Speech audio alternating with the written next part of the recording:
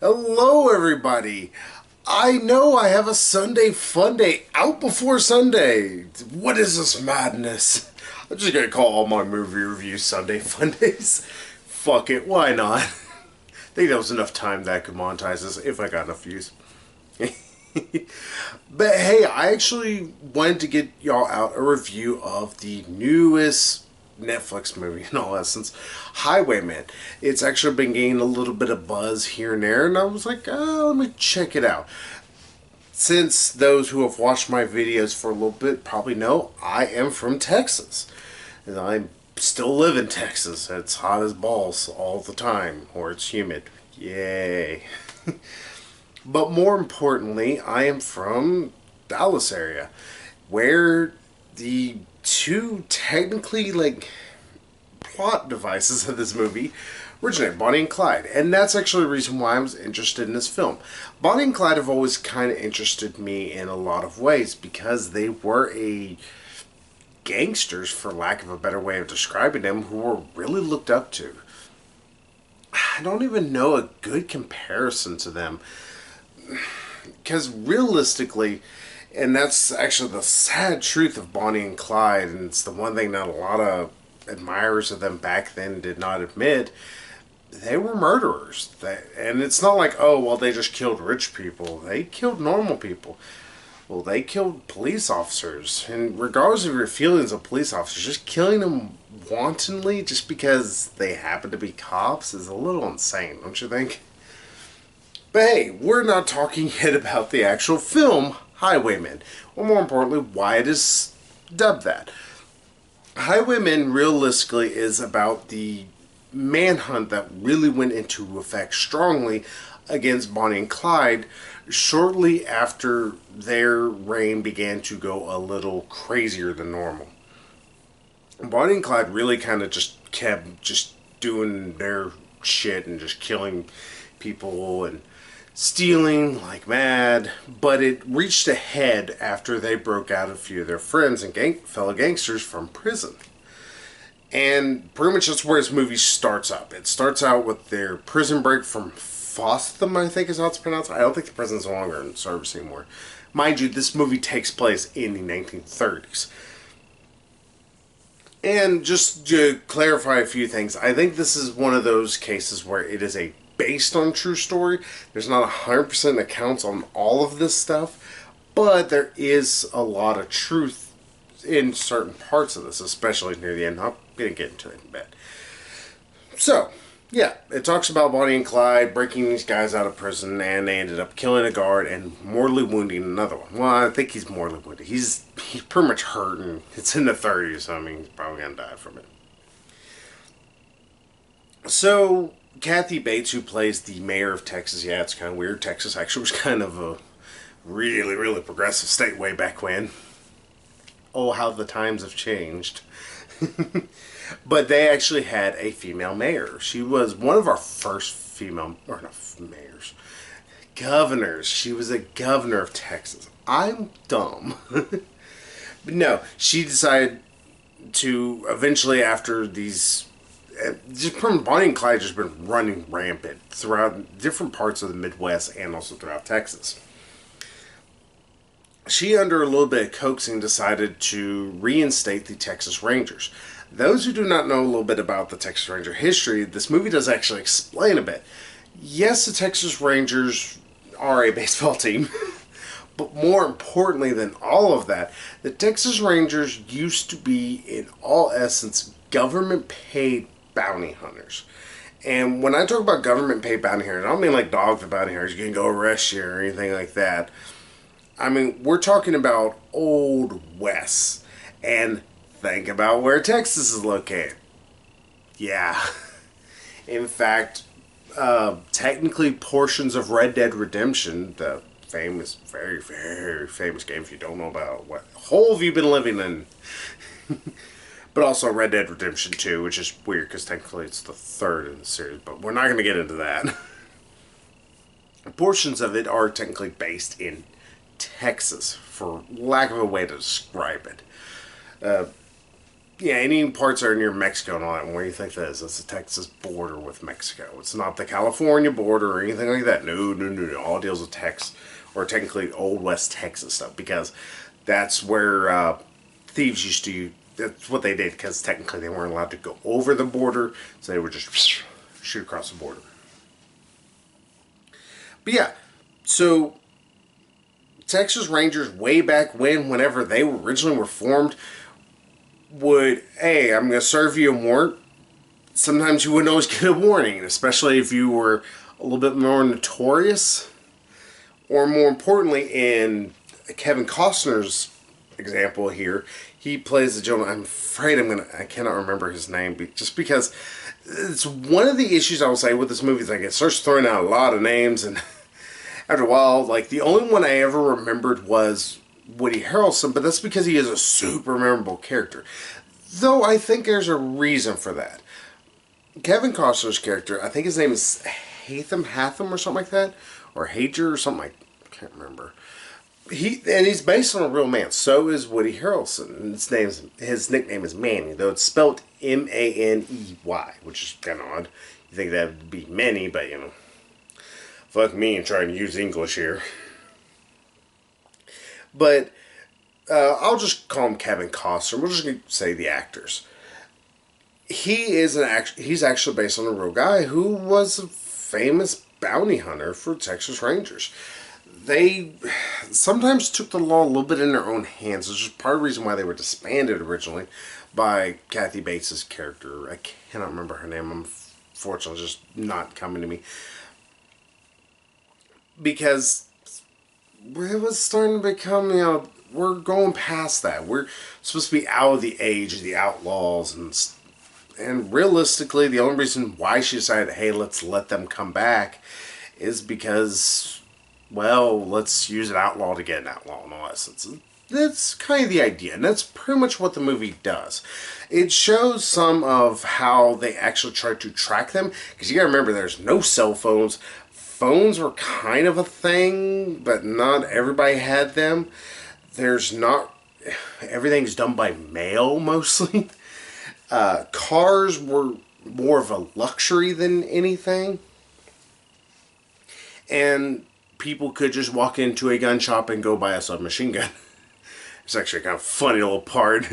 At one point, Kevin Costner, he's just loading up with all this guns and ammo and shit. And there's this guy's like, all right, well, which one do you want? He's like, well, all of them. I mean, he gets like fucking BAR, Browning automatic rifle. Sorry, I'm using old Army terms. A fucking Thompson submachine gun, Tommy gun, those who know about it. Rifles, shotguns, revolvers, out the yin yang. It's like, Jesus, who are you hunting? Bonnie and Clyde or trolls? It's so many fucking guns. It's kind of astounding. But to be fair, he ends up having to use them, and that is always the thing that this movie kind of wrestles with here and there. I think it tried to purposely stay a little bit more true than it did try to, like, I'm going to make stuff up. Because it does also deal with the, lack of a better way to put it, the mania that surrounded Bonnie and Clyde. Like I was talking about earlier, they were kind of worshipped by the poor folk. They were kind of guarded by them. It's part of the reason why many gang activities that purposely do target, rich people, they're kind of ignored. Why do you think the mob was able to get as strong as they were way back when? It wasn't simply because of just pure dumb luck. It's because a lot of people were willing to turn a blind eye like, we don't care that much. They're not hurting us. They're hurting the rich people. And that's kind of what the people believed, even though there was evidence that they weren't. They would still hurt regular folks. But yeah, Kevin Costner has to go after them and figure out where they're even going to be, because that was a big issue. It's like, sure, there were planes, but you got to think that planes at the time had very limited range. Still, you have only by your eyeballs. You can guess where, maybe I'm going to see him, maybe I'm not going to see him. And it shows that they thought up a lot of unique things. They figured out real quickly to go, it seems hard to say this, but they went after the families. Not like, oh, we're going to go torture them or anything like that. Thankfully, that didn't seem to be happening. But more importantly, they pressed them for information. Something that I guess the police never really tried. And there's a lot of times where you can see that Kevin Costner is wrestling with his own issues with this. He does believe they need to be stopped. And pretty much he outright pretty much tells one guy, it's like, your son's gonna die. When he's talking to Clyde's father. Which, oh god. It's William Sadler, if I'm not mistaken, is the guy who played him. But damn, that scene's, it's fucking brutal. Just because William Sadler is trying to, like, oh, well, you know, you don't have to. It's like, y'all just want to label him as a criminal. And it's like, y'all did this because he stole one chicken. And does that make him evil? And blah, blah, blah. And Kevin Costner, he's taken this abuse, strangely enough. Even though beforehand, we saw him kind of snap a little bit with a few guys. Especially shortly after Bonnie and Clyde just murdered a Grapevine police officer. Something that really did happen. And more importantly, they shot them and Bonnie murdered him. Like, just point blank range, shot him in the face. Some reports are a little hazy on if Bonnie did do it, but still, she did pull a gun. She did fire her, at least. It's like, that's like saying, well, I only fired, you know, stunt rounds and weren't real bullets.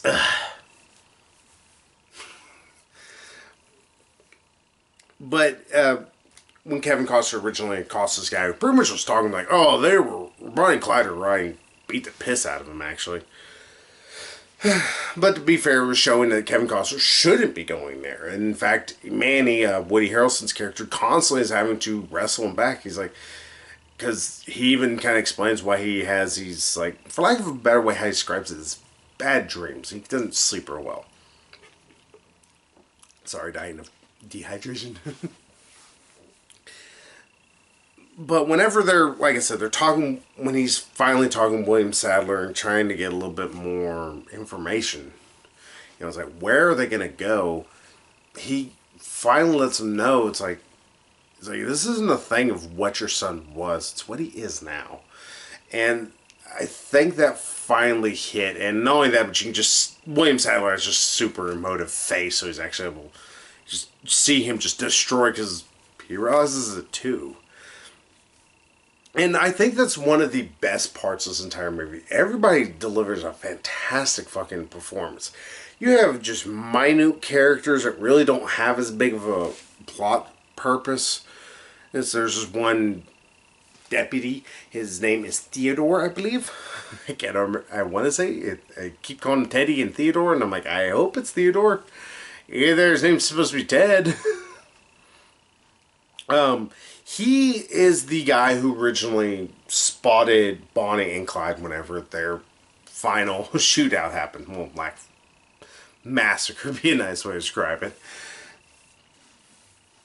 And he plays a bit of a minor role, but the guy who they have doing it, he's actually really good. Everything he delivers, it doesn't feel forced. It feels of the era. And that's also one of the things, like, it doesn't feel like anybody, you don't hear any words where you're like, okay, that's not what they probably would have said back then. And not only that, but this feels so much like a 1930s gangster movie, and that's what it's supposed to be. And I love the original Bonnie and Clyde movie. I think it's actually a really fantastic film that everybody should check out. It's one of the best all-time films, I think, ever made, especially in gangster films. I do think it hasn't always aged 100% well in certain regards. Here, I think there's a lot of bits of this film that feel like this almost could have been shot back in the 30s or in the 40s even. Just, you know, it's like, oh, well, here, we're just shot a little bit after this terrible rain ended. And just to spoil a little bit of the movie, but to be fair, you know what's going to happen. They catch him and just fill him full of holes. And that's where this movie actually gets its hard R. Pardon me. I don't think there's any if there's very little cursing, last I checked, it's nowhere near as much as I sometimes do. Surprise. But on top of it all, it's just really brutal. Like, people get their faces blown off by shotguns, people get shot up like crazy, and usually it's all actual, like, blood splatters, with the exception of during the final Perma shooting Bonnie and Clyde and killing them. That scene, there's certain parts where, obviously, like, when they're getting shot, and you can't use a mannequin, and, you know, they have to have CGI doing that. It's like, that's the one bad thing that maybe kind of breaks a little bit of the immersion. But even then, you kind of understand when they're getting shot in the face, because you can't really put something on somebody's face, and, oh, well, here, that's just part of them getting shot. But, like, when they're getting shot in the chest, most of it looks like actual, like, squibs and stuff like that. Which I was like, oh, cool. Thank you, movie. And also, just to talk about one other thing that I have to marvel at this movie for. Not only is the dialogue actually pretty damn good, like there is some great exchanges between Manny and Kevin Costner, or Woody Harrelson and Kevin Costner the entire time. There is also some really, really fantastically done sound work. It's strange to talk about it, but like all the guns have this punch to them. I mean, it sounds like you're right there. I mean, probably didn't help I had headphones in, but I think if you have really good sound system, this movie's probably going to sound fantastic. There's a car chase sequence that just sounds great. Just these old, just cars, and you just hear their gun or horses just revving and running. And I don't know how else to describe it. It just sounds wonderful. It's like, it's ear porn. But yeah, then there is the one other bit of problem I have with this movie. And it's the issue, I think, that's holding me back from saying everybody should watch this movie. It's one of the best movies. Because I do think it's a really damn good movie. Like, I really loved this movie a lot. There was a lot of stuff I enjoyed. It could be a little dull. This movie is 2 hours and 12 minutes long, with credits, of course. And it feels it at certain points. There is a bit of a lull at one point, and it's a kind of feeling. It's where they pretty much lose the trail on Bonnie and Clyde real well. So because of that, they have to go through all these other little machinations and do this other stuff just to try and get them. And it's not that it's bad. There's still some good stuff here and there. Just, it feels like it's more sprinkled apart. And it just felt like the story stuttered a little bit and came... And I know there's only so much the truth they can do. And I don't know how much of this is and how much isn't true. But it did feel like, alright, I just need something else. Because I need a little bit more oomph here. Because I'm kind of wanting to fall asleep. But... don't let that stop you. If you are a hardcore gangster film, just love all the gangster movies, or anything like that. If you love law enforcement movies, you like Heat, fucking Untouchables, Godfather, you name a movie that probably has either a really good gangster or a really good lawman. You love movies like that, I think you're going to absolutely adore this film. It feels like a, for lack of a better way to put it, modern day Western. Modern for the 30s. This does feel like a really good Western. Helps it's set in Texas, where, you know, if it's the summer, guess what? It's going to feel like it's fucking desert. Even though we got trees everywhere, everybody's like, you're in desert. I don't live in desert. Desert's like 150 miles that direction. You're still in the middle of fucking Texas, too. But yes, this movie actually does feel like a really fantastic Western. I think, though, that is a problem some people may have. And that's the reason why I can't give this a perfect score. Because even me, I'm not a big Western fan. In fact, I was more wanting to watch this movie because I'm a Bonnie and Clyde kind of like history buff thing. I love researching about this. Like, I was even kind of looking stuff up while I was watching this movie. Just not trying to spoil myself. I'm like, okay, this is so real. I'm like, oh, this actually was the guys who hunted them down. So it's like, oh, okay, that's cool. That's actually pretty neat. So, hey, kudos there. And again, like I said, it's like, this movie does not hold back on the gore. So, I mean, if you're squeamish about showing it to kids. But still, if you love Westerns, this movie, it feels, like I said, a actual really good Western. It's like the end of an era Western. Think very much like Red Dead Redemption, those who have actually finished the game. Just to spoil the game a little bit, but to be fair, it's like a 12-year-old game at this point. No, I don't think it's that old. I think it's about 10 years old. Oh, the game's old enough to almost be a teenager. But neither here nor there. Highwaymen, I give it a high praise. And I give it a 9. It has a little bit of a slow builds here and there. It also does slowly build up to them actually finally beginning to chase after Bonnie and Clyde. And there are certain parts I wish were trimmed up just a little bit closer. But it's not enough that I was ever just completely bored. I was like, okay, come on, let's pick it up. Okay, picked it up. It was one of those. Like, I'm like, all right, come on. Oh, okay, we get it. Okay, and then look at my clock that hard. My imaginary one. So yeah, a Highwayman, very enjoyable film. Not for everybody, but hey, I will take that. You know, there's a studio out there willing to greenlight some movies and just go balls to the wall. And not only that, there's not enough praises I can give for this cast. There's not anybody who just doesn't give a good performance. And I will also give y'all a little bit of a spoiler here. The movie actually does a fantastic job in the fact that since the focus is not supposed to be Bonnie and Clyde, you don't see what they look like till the end of the film. Like, literally, you do not know what Bonnie and Clyde look like beyond Bonnie's feet. And I think you see Clyde for a little bit at one point. No, you actually don't even see him. Until the pretty much end of the film do you really see him. And hey, that's cool because they're not supposed to be the focus. They're not supposed to be the ones you're idolizing. You're supposed to be wanting the good guys to get them. Well, morally ambiguous guys, let's put it that way. Especially when you hear some of their tales of what they did. So hey, go watch Highwaymen. If you're a lover of Westerns or you've been wanting to see a good Western, I give this movie a go. It's even better than I would say Magnificent Seven. I actually really like Magnificent Seven. So, hey, I got that. Now I have something else I've been needing to get to. I'm looking at them, to be exact. But you will also have Megan back soon. We're going to go see Shazam this weekend. I just need to get tickets soon. I just need to talk with Megan. Like, hey, want to go this time? Yeah, sure. He's just like, yeah, cool. Sweet, got tickets now. So, hey, I will see you all soon with something else I've been needing to get to for months, unfortunately. But until then, y'all, see y'all later. So, bye-bye, everybody.